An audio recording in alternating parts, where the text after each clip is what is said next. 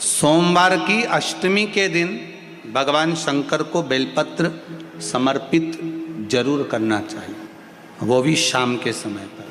आप लोग तो जानते होंगे कि सोमवार की जो अष्टमी होती है शंकर और पार्वती के मिलन का दिन होता है। साल भर में लगभग 4 या 5 सोमवार की अष्टमी पड़ती है, इससे ज़्यादा नहीं पड़ती। अगर घर में संपदा लक्ष्मी नहीं आ रही हो, व्यापार व्यवसाय नहीं चल रहा हो, नौकरी सर्विस नहीं मिल रही हो, बहुत तकलीफ हो, 7 बेलपत्री केसर को घिसकर चंदन बनाकर बेलपत्री पर बीच वाली पत्ती पर ओम लिखना है। दोनों पत्तियों पर भी एक आद्यशक्ति जगदम्बा के नाम की केसर की बिंदी लगाना है, दूसरे में श्री गणेश रिद्धि सिद्धि के नाम की बिंदी लगाना है। शिव जी पर समर्पित करते जाना, शंकर को चढ़ाते जाओ। सोमवार की अष्टमी के दिन भगवान शंकर को बेलपत्र समर्पित जरूर करना चाहिए, वो भी शाम के समय पर। शिव और पार्वती के मिलन का दिन होता है सोमवार की अष्टमी। इसमें मां जगत जननी जगदम्बा अपनी 64 योगिनियों को लेकर शंकर भगवान के सामने नृत्य करती हैं जब सोमवार की अष्टमी पड़े। जैसे शिवरात्रि का महत्व होता है उसी तरह सोमवार की अष्टमी का महत्व होता है। जब 64 योगिनियां माता शंकर भगवान के सामने नृत्य करती हैं तब भगवान शिव उठकर खड़े होकर उन 64 योगिनियों को अपने हस्त कमल पर धारण करते हैं, और हस्त कमल पर धारण करते हैं तब उन 64 योगिनियों को लक्ष्मियां प्रदान करती हैं। लक्ष्मी माता को वो 64 योगिनियां दी जाती हैं। लक्ष्मी मैया उन 64 योगिनियों को भगवान विष्णु के पास लेकर जाती हैं। भगवान नारायण उन 64 योगिनियों को ब्रह्मदेव के पास लेकर जाते हैं। उन 64 योगिनियों को ब्रह्मा जी ब्रह्माणी को प्रदान करते हैं। ब्रह्माणी उस 64 योगिनियों को ले जाकर माँ जगतजननी आद्यशक्ति को देती है। आद्यशक्ति उन 64 योगिनियों को ले जाकर शिव को समर्पित करती हैं। शंकर भगवान की कथा कहती है सोमवार की अष्टमी पड़ने वाले दिन अगर बेलपत्र पर केसर का भाग लगाकर ओम लिखकर केसर का ही तिलक लगाकर माँ आद्यशक्ति गणेश जी रिद्धि सिद्धि के नाम से 7 बेलपत्र शिव को समर्पित कर कर लाल वस्त्र में उसको बांधकर, जिसका व्यापार व्यवसाय या नौकरी सर्विस नहीं हो, बहुत कष्ट चल रहा हो, बहुत जिंदगी में दुख चल रहा हो, उसको 2-1 महीना रख कर देखो, बाबा लाइन लगा देगा आपकी संपदा की ओर, आपका हाथ पकड़ देगा। सोमवार की अष्टमी शिव को रिझाने की होती है, भगवान शंकर को मनाने के लिए, शिव को प्राप्त करने का एक साधन है। जिस दिन सोमवार की अष्टमी हो, बहुत तकलीफ है और नहीं हो रहा काम, बहुत दिनों से लगे हो नहीं हो रहा, हरा मूंग ले जाओ। मूंग के दाने तो रहते हैं घर में, केवल 31 मूंग के दाने लेकर जाइए, 31 चावल के दाने लेकर जाइए और 31 ही बेलपत्र लेकर जाइए। जिस दिन सोमवार की अष्टमी हो, कौन से दिन? सोमवार की अष्टमी हो, उस दिन शंकर जी के मंदिर में जाओ, 3 चीज लेकर जाओ, मूंग के दाने, चावल, बेलपत्र। चावल जो 31 लेकर गए हो अपनी कामना कर कर शंकर जी की देहली पर रख दो, चौखट पर, कहीं पर भी एकांत में उसको रख दिया जाए। मूंग के जो दाने लेकर गए हो 31, वो नंदी के पास में, जो नंदी का पांव ऊंचा रहता है उस पांव के पास रख दीजिए। और जो 31 बेलपत्र लेकर गए हो वो 31 बेलपत्र अशोक सुंदरी वाली जो जगह है, शिवलिंग, ये जलाधारी जहां से पानी बहता है उसके बीच में एक मोटी सी लाइन होती है जो शंकर भगवान की छोटी लड़की अशोक सुंदरी का स्थान है। शिव जी के 13 बच्चे हैं, 13 बच्चे में सबसे छोटी लड़की अशोक सुंदरी यहीं पर विराजमान होती है जहां से पानी नीचे गिरता है। प्रत्येक शिवलिंग के सामने एक मोटी सी लाइन होगी, उस मोटी सी जो लाइन है अशोक सुंदरी, वहां पर जो 31 बेलपत्र लेकर गए हो अपनी कामना कर कर पीला चंदन लाल चंदन लगाकर उस पर समर्पित करते जाओ। उसकी डंडी जहां से पानी बहता है उस ओर होना चाहिए। आप निवेदन कर कर देखो, एक सोमवार की अष्टमी पर कर कर देखना, दूसरी सोमवार की अष्टमी आएगी अपने आप आपका काम हो गया होगा। बाबा से निवेदन तो करो, क्यों भटक रहे? कि जब आप पशुपति व्रत कर रहे हो या कोई नियम धारण कर रहे हो या कोई आपने नियम उठा रखा है और वो कार्य आपका हो ही नहीं रहा, आपने 2 बार पशुपति व्रत कर लिए, आपने ये कर लिया, आपने प्रदोष कर लिया, आपने सोमवार कर लिया, आपने सारे अनुष्ठान कर लिए, बहुत सारे उपाय भी करे तो भी नहीं हो रहा है। आपकी कोई कामना है, आपका कोई भाव है, आपके हृदय की कोई बात है जो बहुत दिनों से लगे हुए हो और बाबा हो सकता है कि किसी कारणवश पूर्ण ना हो रहा हो। कई लोग कह भी देते हैं गुरुदेव, कोई कोई कहते हैं, जैसे आज कोई कह रही थी बच्ची की मैंने शिव महापुराण में पशुपति व्रत सुना और उसको करा, उसका लाभ मुझे मिला, मेरे पति ने भी करा, उसका भी लाभ मुझे मिला। पर एक काम गुरुदेव ऐसा अटका हुआ है कि वो काम हम करना चाह रहे हैं, व्रत भी कर लिया, अनुष्ठान भी कर लिया, पर फिर भी वो व्रत के कारणवश भी वो कार्य नहीं हो रहा। तो समझना कि कोई कार्य बड़ा भारी होगा और बाबा उसको कर नहीं रहा है या कोई काम अटक रहा है। तो हमने पहले भी कहा ये बीच की जो पत्ती है ये देव अधिदेव महादेव है, ये ब्रह्मा ये विष्णु है। इन दोनों पत्ती के मिलन से लेकर इस पत्ती के बीच की जो डंडी है, ये नीचे की डंडी का वर्णन नहीं कर रहे हैं, इन दोनों पत्तियों के बीच में जो डंडी है बची हुई, जो तीनों के बीच में एक डंडी का जो भाव है, ये माता जगत जननी जगदम्बा माता पार्वती है। इस डंडी के नीचे का जितना भाग है ये 33 कोटि देवताओं को दर्शाता है। बेलपत्री के नीचे पिछले वर्ष की श्रावण की कथा यदि आप निकालेंगे और उसको पेज पर जाकर आप सुनेंगे तो आपको प्राप्त होगा कि उसमें भी कहा था कि जब आप पशुपति व्रत कर रहे हो या कोई नियम धारण कर रहे हो या कोई आपने नियम उठा रखा है और वो कार्य आपका हो ही नहीं रहा, आपने 2 बार पशुपति व्रत कर लिए, आपने ये कर लिया, आपने प्रदोष कर लिया, आपने सोमवार कर लिया, आपने सारे अनुष्ठान कर लिए, बहुत सारे उपाय भी करे तो भी नहीं हो रहा है। तो इस बीच वाली पत्ती पर शहद लगाकर बाबा का जो शिवलिंग है उस शिवलिंग को इसको छुआ दीजिए या उससे चिपका दीजिए और उस पर अपनी हथेली रखकर कामना कर कर वापिस घर को आ जाइए। बाबा आपकी वो मुराद शीघ्र 3 महीने के अंदर पूरा कर ही देता है, ये पक्का।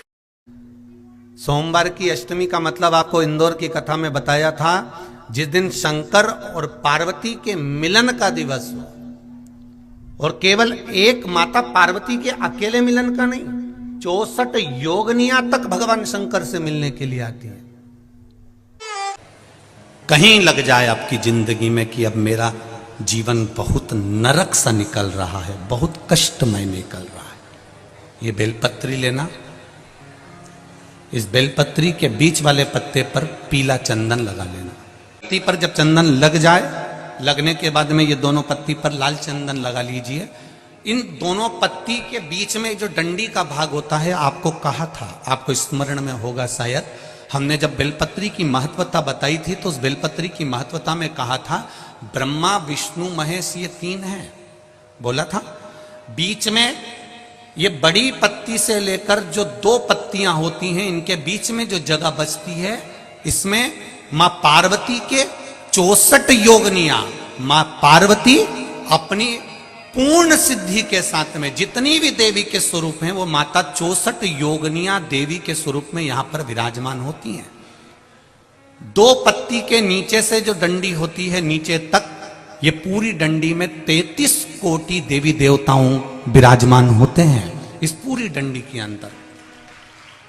तो ये बीच वाली पत्ती है, ये जो बीच वाली पत्ती का जो भाग होता है, इस पत्ती के भाग में शहद का प्रयोग कर कर, यहां पीला चंदन, लाल चंदन, लाल चंदन, शहद का प्रयोग कर कर इसी तरह से पकड़कर ये बेलपत्री की जो डंडी है वो अशुक सुंदरी पर जब आप समर्पित करें तो जहां से जल बहता है उस ओर पर इस पत्ती को चढ़ाकर केवल आपके हृदय की बात कहकर देव अधिदेव महादेव से कोई भी शिव जी का मंत्र, पंचाक्षर नमः शिवाय, षडाक्षर ओम नमः शिवाय, श्री शिवाय नमस्तुभ्यम या महामृत्युंजय मंत्र, जो शिव का मंत्र हो आपके पास में उसको बोलते हुए देवाधिदेव महादेव को धीरे धीरे जल की धार चढ़ाना प्रारंभ करो। जल की धार जब पूर्ण होने लगे, उसमें थोड़ा जल बचे, तब अशोक सुंदरी पर जो तुमने बेलपत्र चढ़ाई है वहां उस जलधार को चढ़ा। ये प्रयोग आपको केवल सोमवार की अष्टमी पढ़ने पर ही करना है। कौन से दिन करेंगे? जम के बोलिए जरा।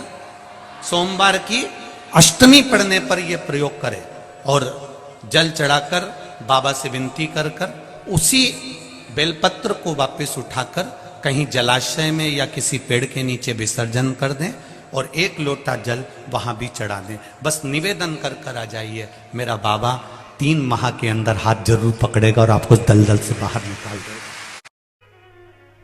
तेरे दरबार की बाबा निराली शान देखी है, तेरे दरबार की बाबा निराली शान देखी है। तुझे देते नहीं देखा पर झोली भरी देखी। बाबा कभी मैंने आपको देते हुए नहीं देखा,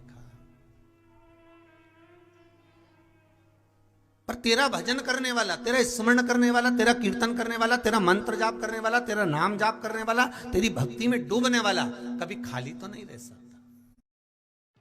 सोमवार की जो अष्टमी है ये शिव और पार्वती के मिलन का बिंदु है। शंकर और पार्वती के मिलन का सुख है।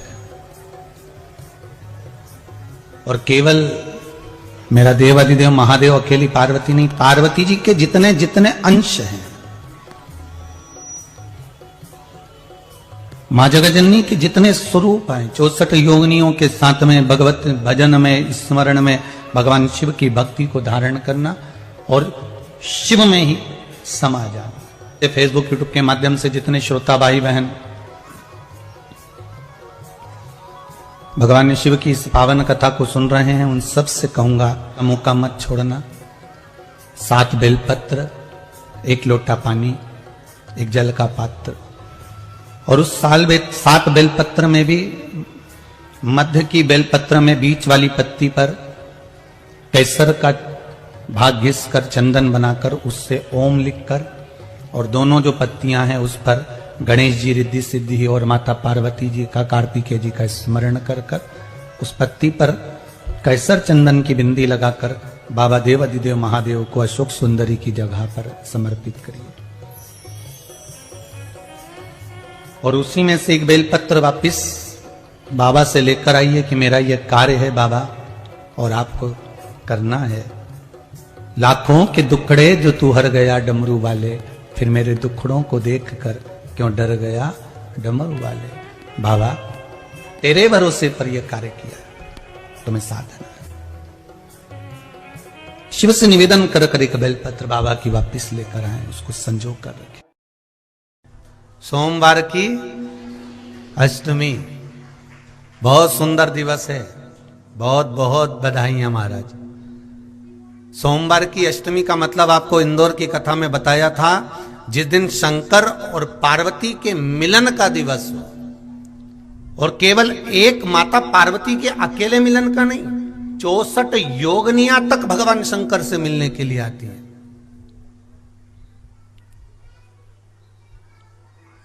64 योगनियां।